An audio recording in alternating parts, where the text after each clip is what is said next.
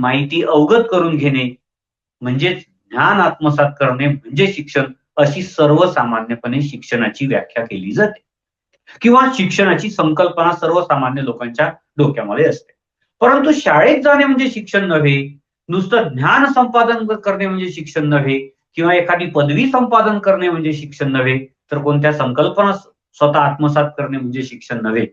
तर शिक्षणाची संकल्पना आणखी व्यापक आहे. इतका संकुचित करून शिक्षणाला चालणार नाही. शिक्षणाची संकल्पना अत्यंत व्यापक आहे. म्हणून शिक्षणाचं स्वरूप जेव्हा आपल्याला विचारलं जाते किंवा शिक्षण प्रक्रियेचे प्रकार विचारले जाते किंवा शिक्षणाचे प्रकार विचारले जाते, त्यावेळेस आपल्याला या सर्व शिक्षणाचा विचार प्रामुख्यानं करावा लागतो. एक गोष्ट आणखी लक्षात घेण्यासारखी आहे का शिक्षण प्रक्रिया ही कुठल्याही एका बंद कोठडीत किंवा एखाद्या बंद पुस्तकात आपल्याला बंद करता येत नाही. ती संकल्पना अत्यंत व्यापक अशी आहे.